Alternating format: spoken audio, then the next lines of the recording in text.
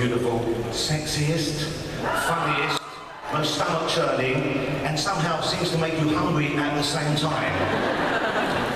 Beautifully produced, wonderfully acted, incredibly well written, fabulously shot, TV show in the history of TV. Will you please welcome, from Hannibal, and I'll bring them all out at once so we can get started,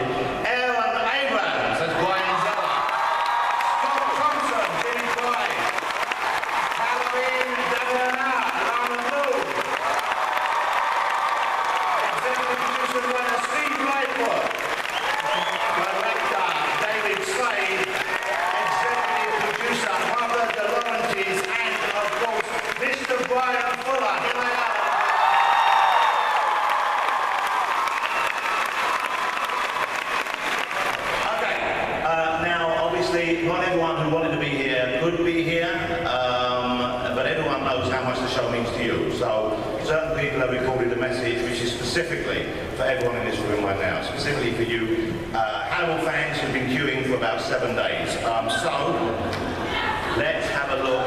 Get ready to doff your flower crowns as we enjoy this very special message. Let's play it. Hopefully next year, I'll see you for a quick lunch.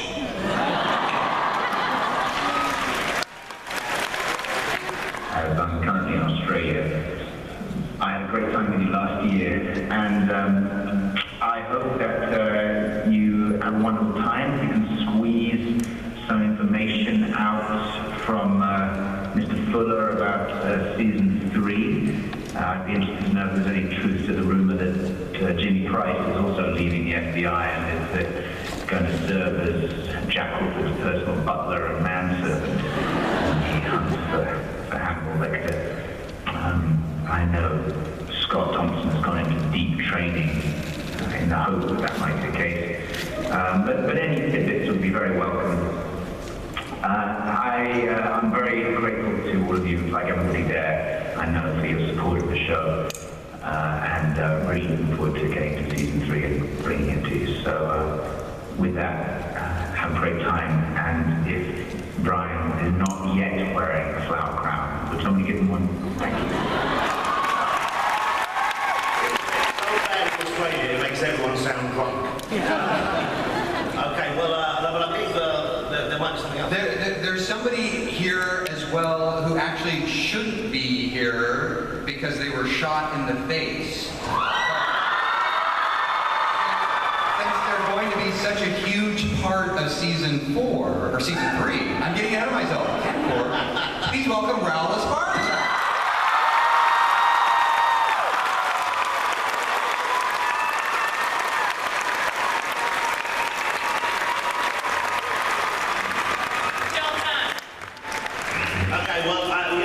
Questions and answers to do here, but obviously we want you guys to have as much time to do questions as possible, so in about 15 minutes I'll be opening the floor to you. You've been at panels before. I think it's in the middle of the room. There's a microphone. You can queue up there now if you're not already doing so, and we will get to as many. There you go, there's the flood. And we will get to as many as we possibly can. People fell in love with children this season, so thanks. Now that we see you here, without giving away any too major spoiler, can we therefore assume we will be seeing a little more of you in season 3? And further to that, does anyone ever die in Hannibal? Who doesn't get eaten? I mean, if we don't see them being eaten, will they come back? Yeah, if you haven't been eaten, I assume you can't come back again. Children's like a weeble wobble. You just sort of shoot him in the face, he comes right back, and you got him in the previous season. So I told Brian that by next season I'm going to expect to have like an eye patch and a hump and a parrot. Why the hump? I don't know. I love playing the part because he's a total douchebag, and he has a turn of phrase that is so delicious. There's Fullerisms all over the place with this character. So I loved how throughout the season, the worse he got, the more sort of exposed he got, the smarter he thought he got, the more the fans loved him, and the more that he'd get trapped. You know, I was as surprised as everybody to find out I was going to get shot in the face. Ladies and gentlemen, Brian Fuller, the mastermind behind most of this, I think. So many questions, so little time. Let me ask you that as well, though. Other people that we've seen in the show, presumably dead, now that we see Wells here, is there just, for example, last time we saw Eddie Izzard, who was fabulous in it, he was limbless and lying on a table. Will he be coming We are writing a role for Eddie to return as a flashback. But he's kind of like, he got Ed. So he's... Yeah, but we only saw the limbs being eaten. You'll see a lot more when we see him. What are the standards and practice kind of guidelines you have to stay in between for what we can see? I mean, it's pretty grotesque, pretty gruesome, but I guess there are some rules or no rules, or you're just very sick. What are you told by NBC that you can and can't show us? No sex, but lots of violence. That will disappoint those who've already paired off Will and Hannibal, of course. Or Preller. We can make Preller happen. Price and Zeller. Oh yeah, that hasn't happened yet? Yeah, well, it doesn't. Have you read this last fiction with Jimmy Price and Brian Zeller? Wow. It exists. Never mind. I think you guys write that slash fiction Yeah, it's yourself. not fiction. I don't understand this fiction that everyone's talking about. Well, with that in mind, I mean, a big part of the appeal of the show is the love that has grown between Hugh and Hannibal, of course. And what concerns me as a fan, I'm sure some of you, is that in the next season, he's on the run now, Hannibal's gone. Will we see those scenes where they're together? Are you going to find a way to contrive to get them together? Hopefully, if they are Skyping, it won't be from Australia, because that was very poor quality. But are we going to lose that, or have you found a way to make that work for us? Well, I think that one of the cool things being a Star Wars fan is when you separate R2-D2 and C-3PO, they don't become less interesting. They go on their own adventures, and one of the fun things for us about this new season is introducing a lot more characters from the novels that hadn't been in the series yet, and some that hadn't even been in any of the films. So we are going to be rolling out new characters in episode 2. We will introduce Commandare Pazzi. Episode 3, we have Lady Murasaki. Episode 4, we're going to be rolling out Cordell. And in episode 8. Point taken, but no one really wanted to see R2-D2 and C-3PO kiss. What do you think those little noms that come out of R2-D2? Let me go to Martha. You mentioned some of the new characters you're introducing, and obviously there's always a question hanging over the series, which is, will we get to see Chloe Starling enter your Hannibal world from the movie Hannibal world? I know you're aware of this. What can you tell us on the latest on that? Well, as we're very fortunate to have is the literary properties behind Thomas Harris that Brian Fuller has. And I just heard for the first time today said that he is what are we doing? We're Thomas Harris mashup DJs. Mashup DJs. And it's fantastic. Obviously what we've been able to play with and the properties of Thomas. But leading off from the plane ride with Bedelia and with Hannibal is very reminiscent of the end of Hannibal. And so he kind of mashed that up to go launch us into season 3, where we pretty much have him on the run, and we'll mine the book of Hannibal Rising as well as the book of Hannibal, being, you will find out in the first episode wherever they land, and then the relationship that he'll have with Bedelia. Going into, as Brian alluded to, seeing Francis Dollarhide in episode 8, and then start the telling of Red Dragon. So following the book of Red Dragon, how we'll end up, whether it'll be at the end of season 3 or going into season 4, goes right into Silence of the Lambs, and the character of Clarice Starling, and with Hannibal Lecter. And at that point in the history of the rights that we retained as the company, we did not have Silence of the Lambs. And that is in the hands that went from Orion into folding into MGM. So MGM controls that property. So whether we do it, and we hope to do it with MGM, or if they say no because they'd like to do their own series, we would do our own mashup. I know. In fact, we've got to really kind of push something with them, because so far they're kind of in a position where they were launching Clarice at the same time we were doing Hannibal. So they were a bit pissed at me that we kind of went off and did our own. But if that doesn't happen, we would do our own, as you said. Schmerly schmarling. But fantastic. Obviously, what Brian and his team of writers, Stephen and the writers' room have done is just taken what has been laid out for us all to mine and make our own version of whatever that is. And it could be even more exciting. So, and then, kind of long shot, very long story. So if we don't get the rights, then you know who to write to. You just give the MGM address out at the end. We'll tweet their email addresses if they say Let me go to Steve, because Steve, I know your writing contribution is enormously important to the show as well. When you're writing characters, if you were to get commissioned the show, but even when you write Mason Verger, for example, how free are you to make changes in the character as he appeared in the book and how he appears in the series? How much leeway do you have? How much do you bring into it? And how much do you stray from Thomas Harris's original work? I think I've done very little, but generally, I mean, it's writers when you're always trying to find a story, and we're led by story and character, and I think the names are there and the sort of story roles. So for instance, we gave Mason, before his accident, all the story material in many ways that happened to him in the Hannibal book after the accident. So as Brian said, I think the mashup analogy is a very good one. And in the end, the stories are born out of the writer's room, initial inspiration from the book, and we kind of go where they take us. So our Mason is much younger and kind of crazier, I think. And then also, what's great is you get to see what an actor like Michael Pickett's doing with it. You start writing for that, and that's also the thing. I think often you start seeing what an actor really starts doing with it. You write for their best plays, and that's the joy of series television. In a movie you're doing and you're out, but we get to watch these guys grow up, all the actors on the show, right from them. And have you got plans? Have you written scenes, even kind of loose in your head, for Chloe since you were to do the show? We're hoping, and we're going to be doing a full court press to try to get those rights, because it would be completionist, as I'm sure many people at Comic-Con know and feel. Completionism is an important thing as we're collecting all of our things that are out on the floor. I have my shopping list, but I want to complete the story. There's no shortage of great characters already. Alana Bloom, of course, played by Caroline. What a fabulous... So beautiful performance. Now, it would feel difficult to pull off all of that when you know the audience at home screaming at you. How can you be in bed with that monster? How can you be in bed with that monster? How can you not see? Is it tough for you to play that kind of slightly guileless or kind of misguided person? Well, when I'm in front of Mads Mikkelsen, everything's easier. But I think she's known him for so long. She knew him before she knew anyone else in the show. So I think the confidence and the trust is very strong.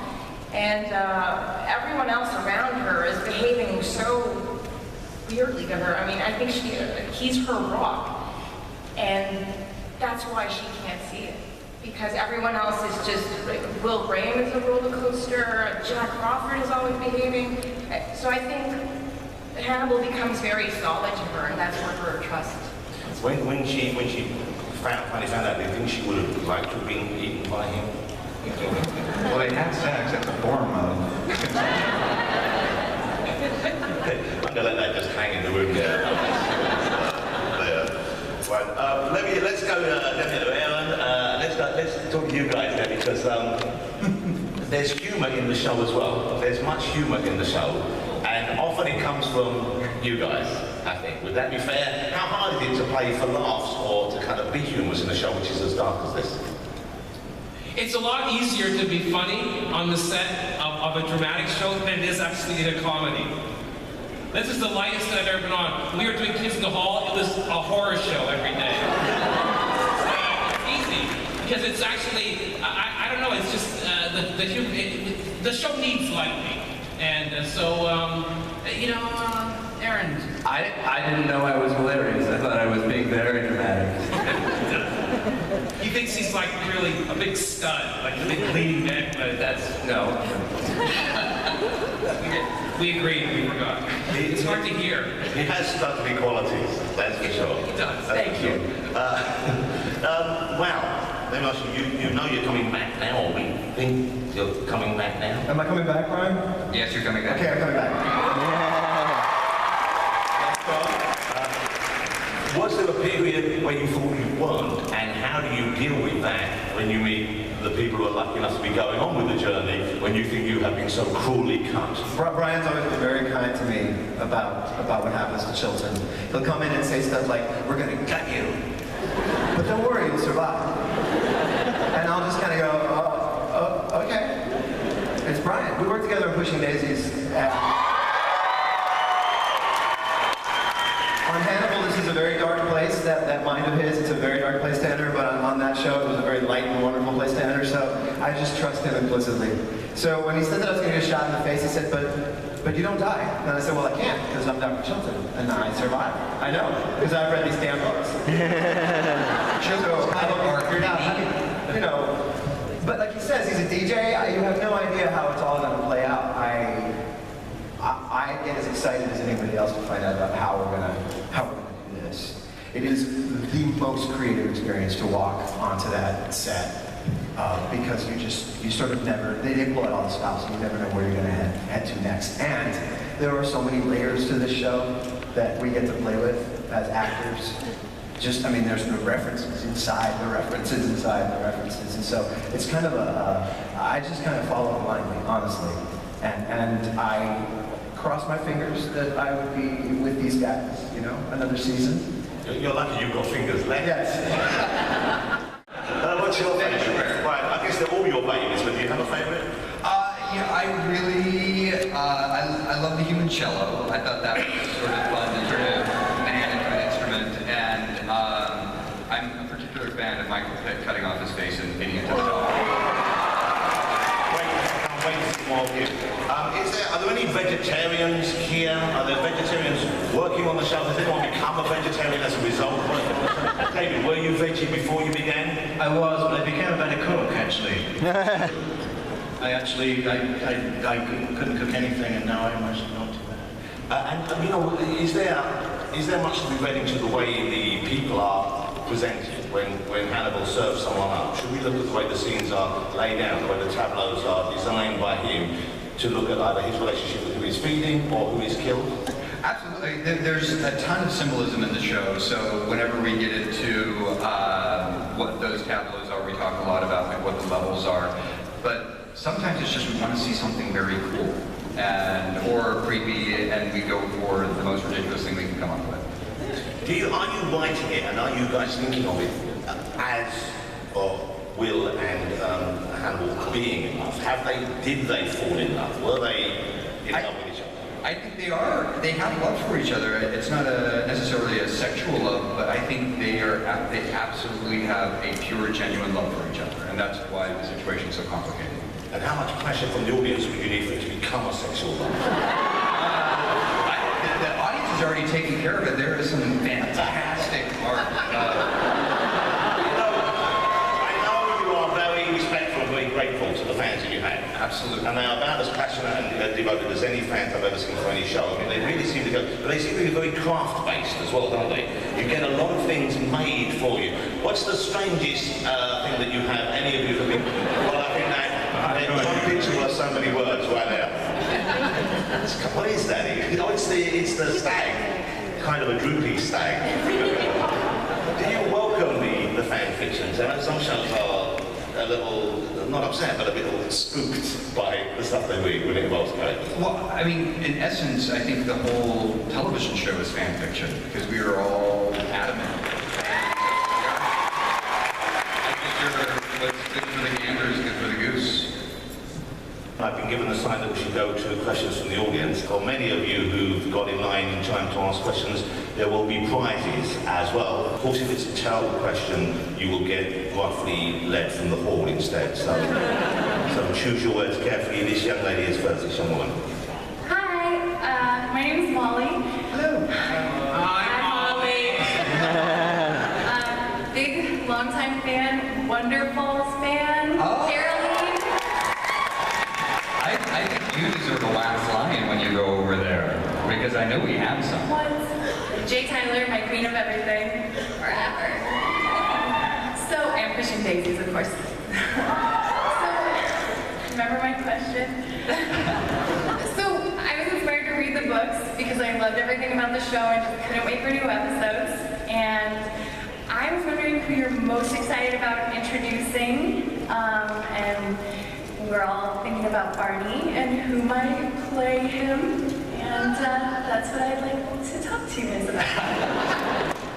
Barney falls under Silence of the Lambs, unfortunately, so that's one of those that we have to wrestle MGM to the ground for. But for me, I guess it's a question for Steve and I, because we're the ones who know what we're doing with the different characters. I think Murasaki's going to kick all sorts of ass. Have you asked? Was not yet? No. If you had, would you have told us? Yes. Okay. Thank you for your question. Hopefully you'll get something signed and wonderful. Can we give her Get a wax. Yes, let's give her a wax lion. We've got a wax lion over there. A wax lion. Thank you for being our first. Well, that's brilliant. Ollie. So, Hello, my name is Sunil, and I'd like to thank you, Caroline and Brian, for Jay Tyler, who came to me at a time in my life I really needed her. Jay Tyler is my Raven Stag. So, Brian, I noticed recently, I thought this before, but Hannibal, the storytelling style of Hannibal has a lot in common with anime. It's got a lot of surreal imagery, visual metaphor and symbolism, high character emotion, and all possibly not logical or realistic. You can't watch Hannibal like you watch any other American television show. So have you been influenced by anime, or if not, what has influenced the storytelling style? Well, I think, absolutely, I think anime is a huge influence in all sorts of ways because it is so striking, it is so graphic, and actually David and I, when we were talking about the style of the show, we did talk about anime quite a bit. And really, there's a lot of cinematic influences from David Lynch to David Cronenberg and also David Slade, who brought his own very unique bag of tricks to the show. But those are our chief cinematic influences, and we just want the show to be gorgeous and as refined aesthetically as the type of character.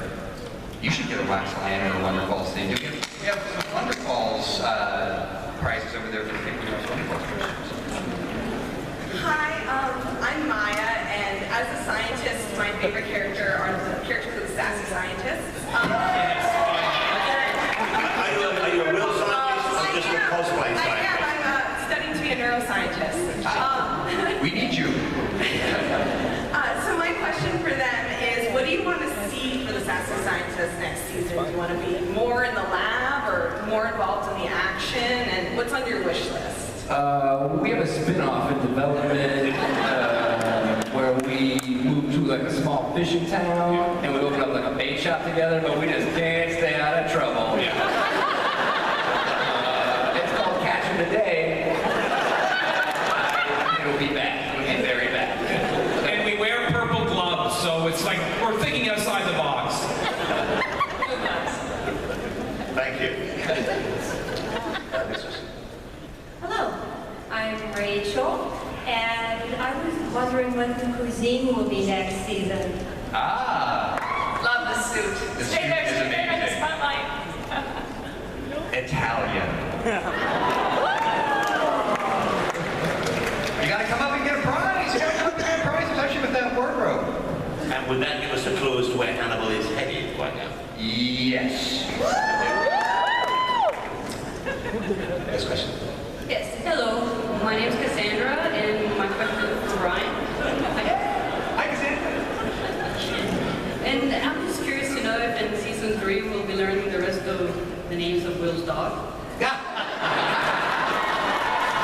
gonna eke them out one at a time. I'm looking for Twitter suggestions. So we got Applesauce, who was Alana Bloom's dog that came from Twitter. So if you have some dog name suggestions, tweet them away. And come up and get a prize. You're in costume, you get a prize. Come on up, you're in a costume. Come this way. Oh, look. Will, or are you going to... Next question. Fantastic.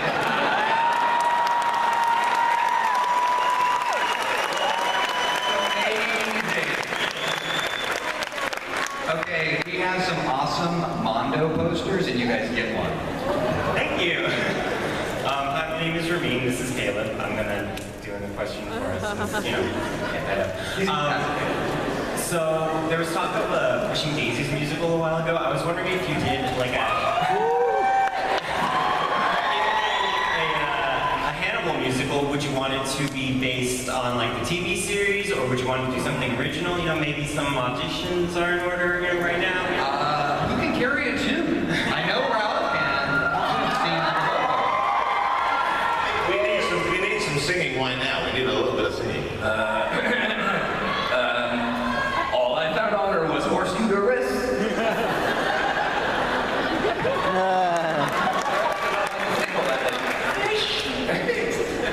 Anyone else? Caroline, you got something you folks?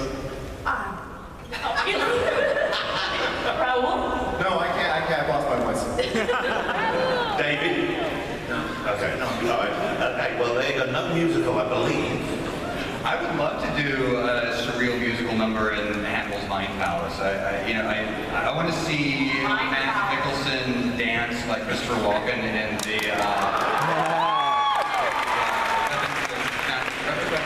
weapon of choice. I would love to see him swinging around the Mind Palace. And he can do it, we know, because he started out doing musicals, so backstage on set, you never know what's happening. We should film that one of these days. Because he can do it. The man can dance. The man can dance. Next question.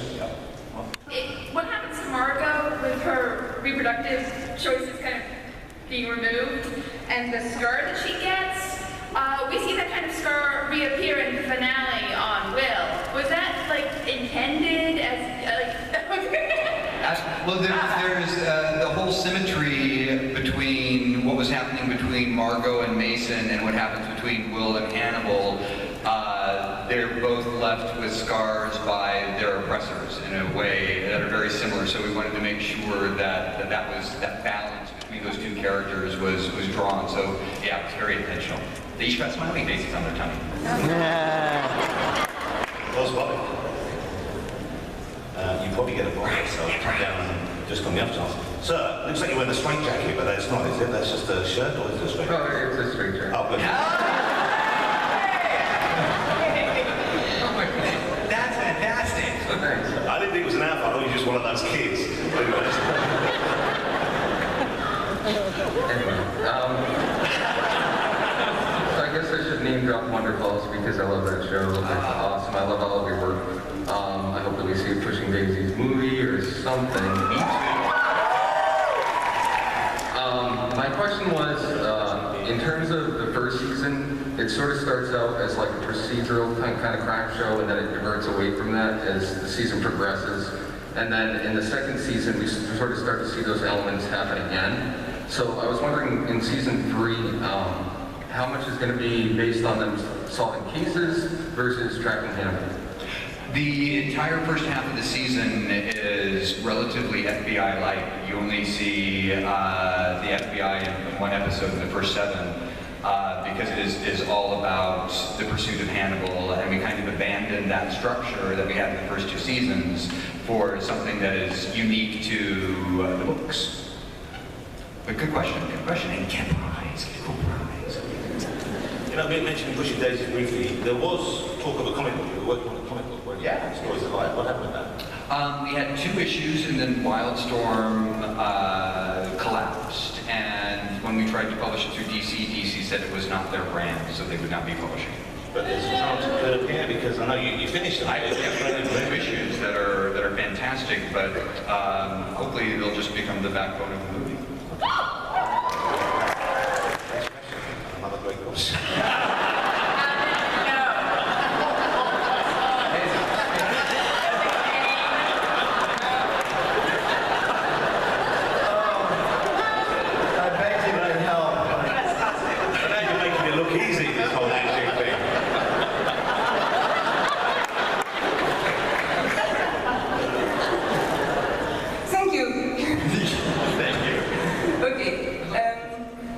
Greatest day of my life right now.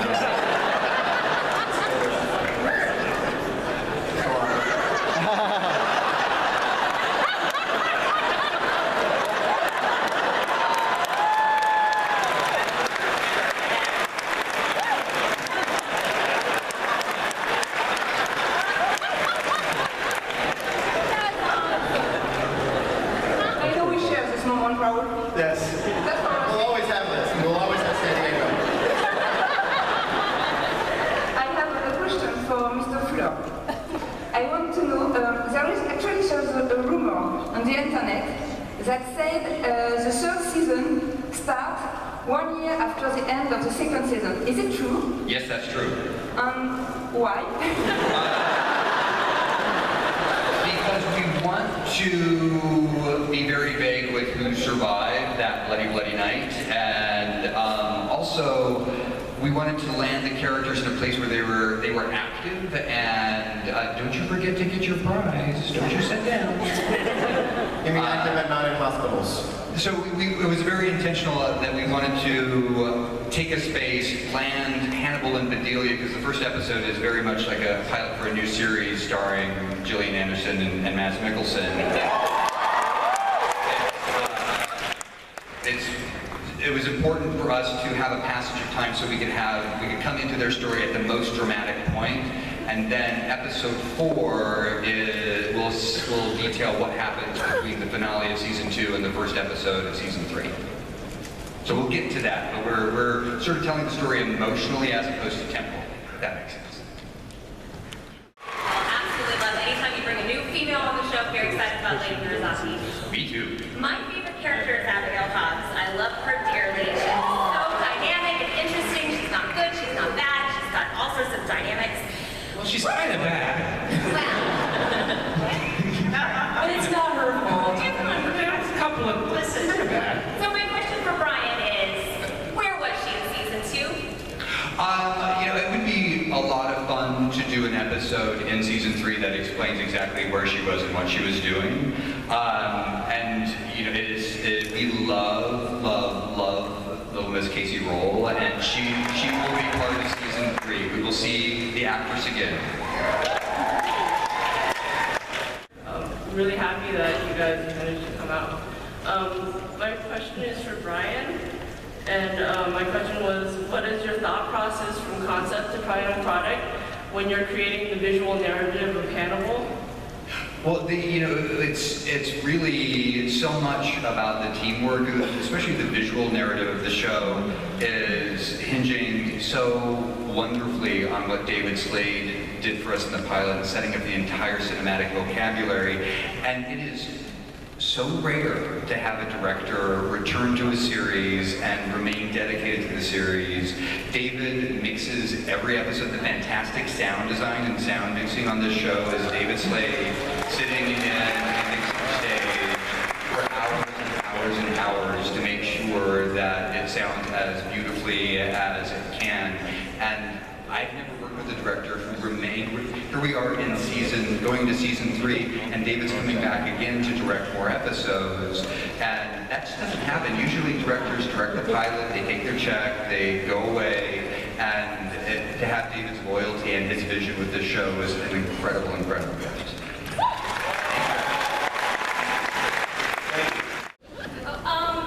If Will could say there's any more dogs, what other dog breeds have you had just pet dogs?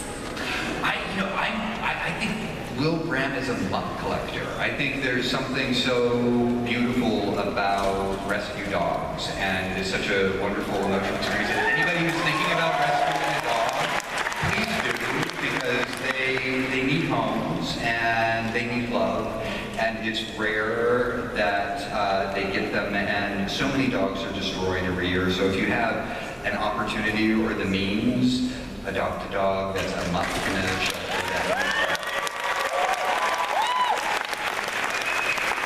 That's the message of the show, really. And go get a prize. Go get a prize. A dog-themed prize. Let's listen. Hi.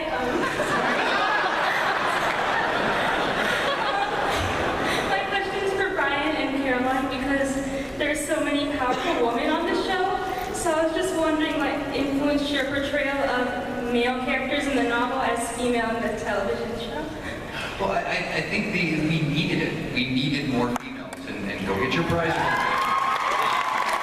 One of the things that certainly Steve and I are very excited about in the writer's room is that not only do we have Caroline, we have Bedelia to play with, we have Murasaki to play with, so, and the beautiful and amazing Gina Torres.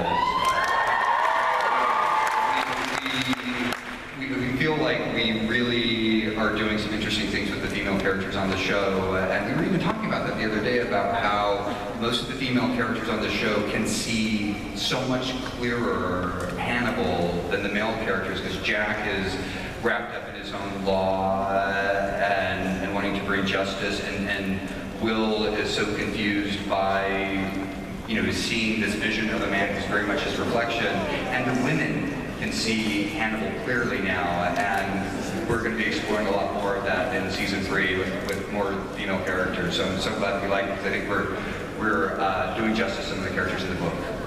Great question.